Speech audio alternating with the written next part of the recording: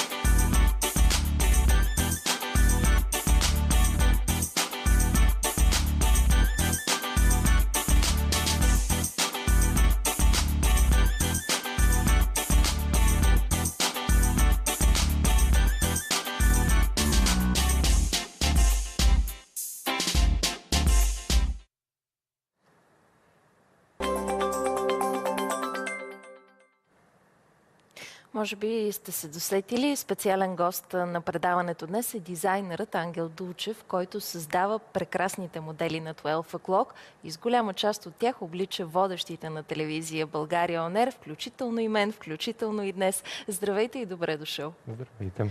Няма как да не започнем от това, какво запали пламъка любовта към модата. Как започнахте да се занимавате с това? Цял живот общо взето се занимавам с това. Съм потомствен шивач, дизайнер. Моята майка е човека, който ми е дала най-много и който ме е научила на най-основните неща в нашия бранш. Общо взето от последните няколко години вече по-професионално се занимавам с мода. Минах през няколко различни фирми, през няколко различни стилове и сега съм част от семейството на 12 O'Clock, който създаваме рокли, които са за поп-бизнес жените ориентирани. Модата диктаторка или приятелка е по-скоро на жените и дали важи това мото и за жените на екрана?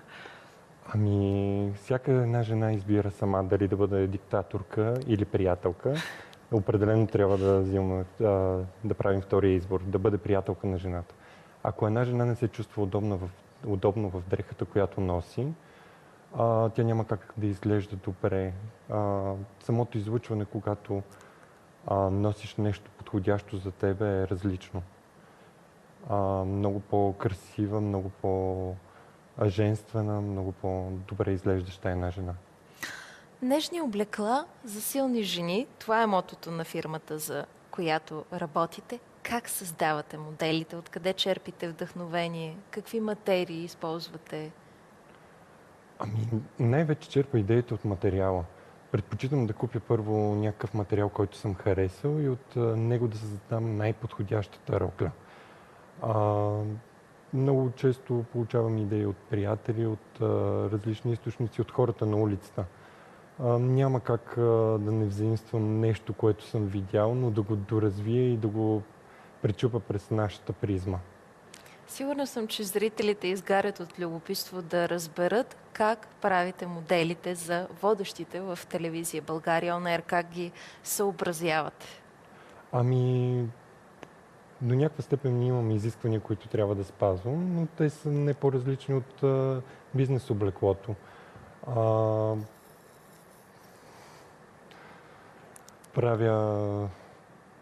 Идват естествено нещата.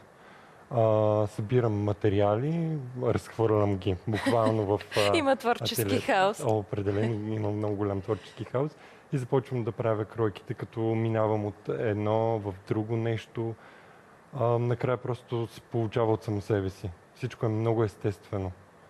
Водещите на телевизия България On Air благодатни ли са за вашата работа? Лесно ли е да измислите моделите за Много тях? е лесно, много приятно се работи с вашия екип.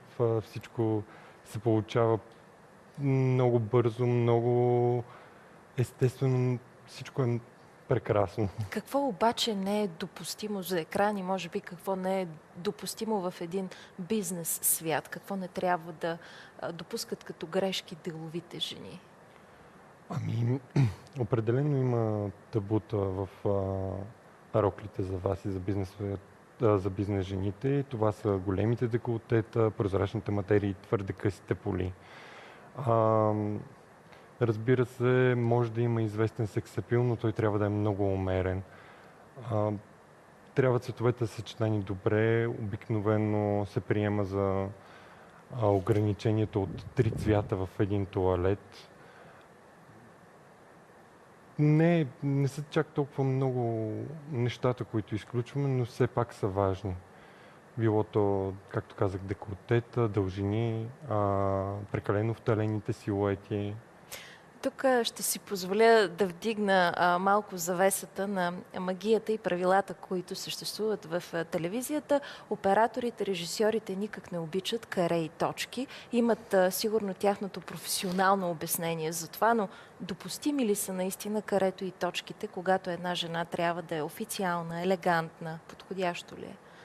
Ами да, това са десени, които не са подходящи за телевизията, но пък в бизнес средите се приемат много добре и са напълно допустими. Ареето особено си е за мен много делови десен.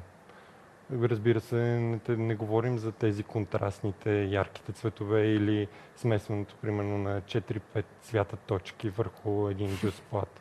Това не е, но било то бяла риза на черни точки или на сини точки е много подходяща за деловата жена.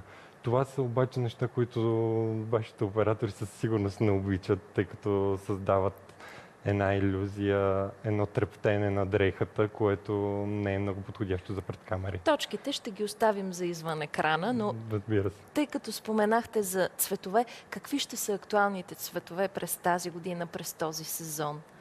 Ами, сравнително наскоро Пантони изкараха новите цветове за 2016 година. Това са си розов кварц и нежно-синьото, които определено ще властват доста на модните подиуми. Също така много ще виждаме цветове близки до горчицата, които ще ги има в други разновидности, зелените, тюркоазните цветове. Определено лятото е много Благодатен благодатно. сезон. Да, там може да си позволяваме много по-ярки и много по-светли цветове, тъй като атмосферните условия ни го позволяват. Добре, за екрана цвят горчица допустим ли е? Ами, не, той не е толкова чист цвят и е възможно да излиза с не толкова приятни нюанси пред камерата. Какво вие замисляте като колекция пролетно-лятна? Какво да очакваме? Ами, ние работим в различни направления. Едно от които е главното е това за бизнес жените, които много от моделите нашите почитатели ги видяха вече върху вас. Те ще бъдат съвсем скоро в нашия нов магазин.